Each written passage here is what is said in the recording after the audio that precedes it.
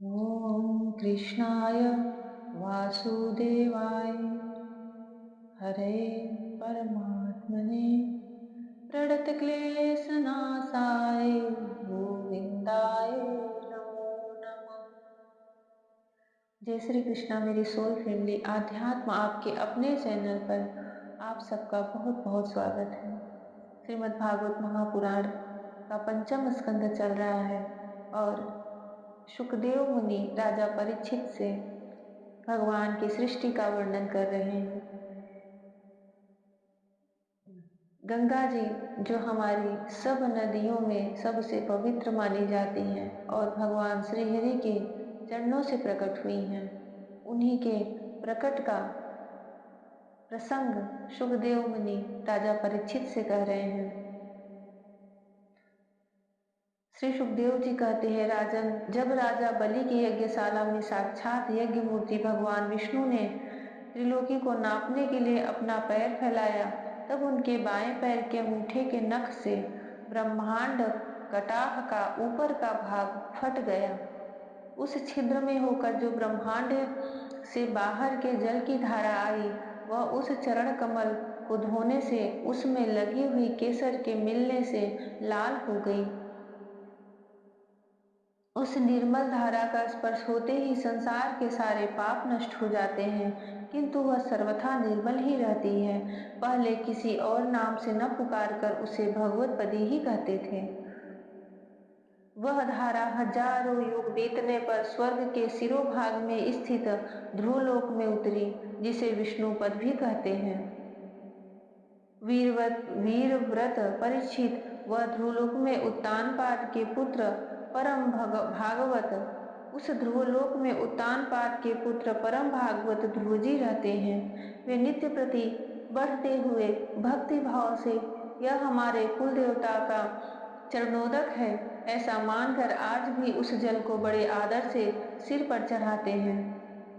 उस समय प्रेमावेश के कारण उनका हृदय अत्यंत गदगद हो जाता है। उत्कंठावश बरबस मूंदे हुए दोनों नयन कमलों से निर्मल आंसुओं की धारा बहने लगती है और शरीर में रोमांच हो आता है।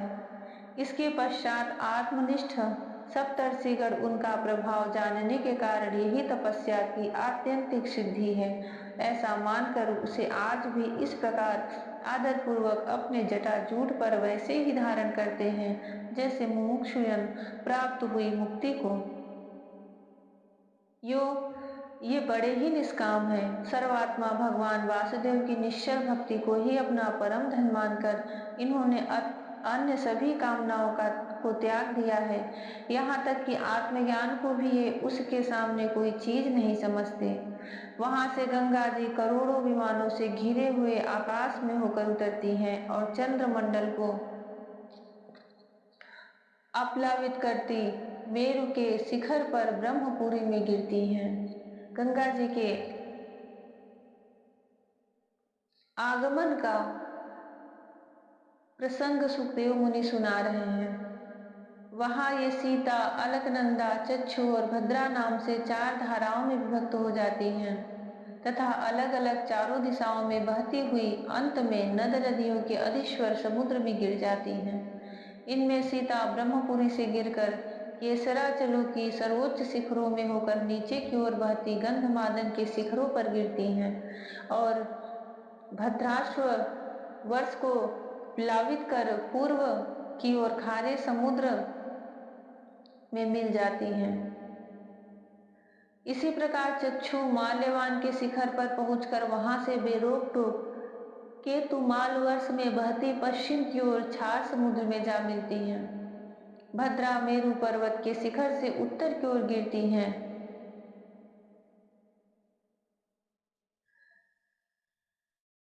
उत्तर भद्रा मेरु पर्वत के शिखर से उत्तर की ओर गिरती हैं तथा एक पर्वत से दूसरे पर्वत पर जाती अंत में श्रृंगवान के शिखर से गिरकर उत्तर पूर्व देश में होकर उत्तर की ओर बहती हुई समुद्र में मिल जाती हैं। अलकनंदा ब्रह्मपुरी से दक्षिण की ओर गिरकर अनेकों गिरि शिखरों को लांघती हेमकूट पर्वत पर पहुंचती हैं। वहां से अत्यंत तीव्र वेग से हिमालय के शिखरों को चीरती हुई भारतवर्ष में आती हैं और फिर दक्षिण की ओर समुद्र में जा मिलती हैं।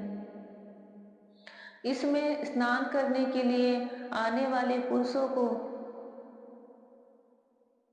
पद पद पर अश्वमेध और राजसूय आदि यज्ञों का फल भी दुर्लभ नहीं है। प्रत्येक वर्ष में मेरु आदि पर्वतों से निकली हुई और भी सैकड़ों नदियां हैं। इन सब वर्षों में भारतवर्ष ही कर्म भूमि है। शेष 8 वर्ष तो स्वर्गवासी पुरुषों के स्वर्ग भोग से बचे हुए पुण्यों को भोगने के स्थान है।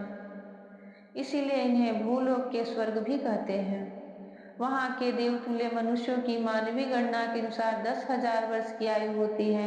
उनमें 10,000 हाथियों का बल होता है तथा उनके वज्र सदृश सुदृढ़ शरीर में जो शक्ति, यौवन और उल्लास होते हैं, उनके कारण वे बहुत समय तक विषय भोगते रहते हैं।